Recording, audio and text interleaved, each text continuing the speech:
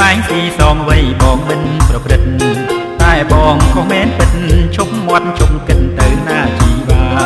បងខំតែរឿងស្រាមិនដែលលោឡាឲ្យញាតគេដឹងឈប់ព្រាមណែលោកប្តីបានលឺសំដីខ្ញុំចង់តែឆ្លួង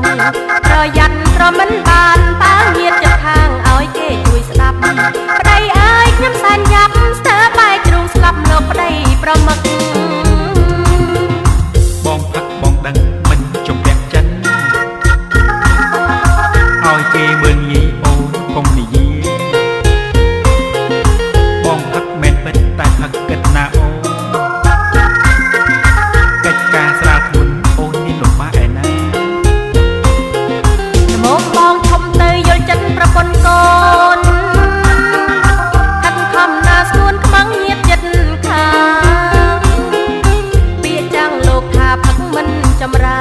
នខំរកទៅកើនគេមិនមើងងាយណាលោកប្តីគឺជុំហើយអូនបងសូមសន្យាជុំហើយរឿងស្រាលែងឲ្យញាតនោះហើយ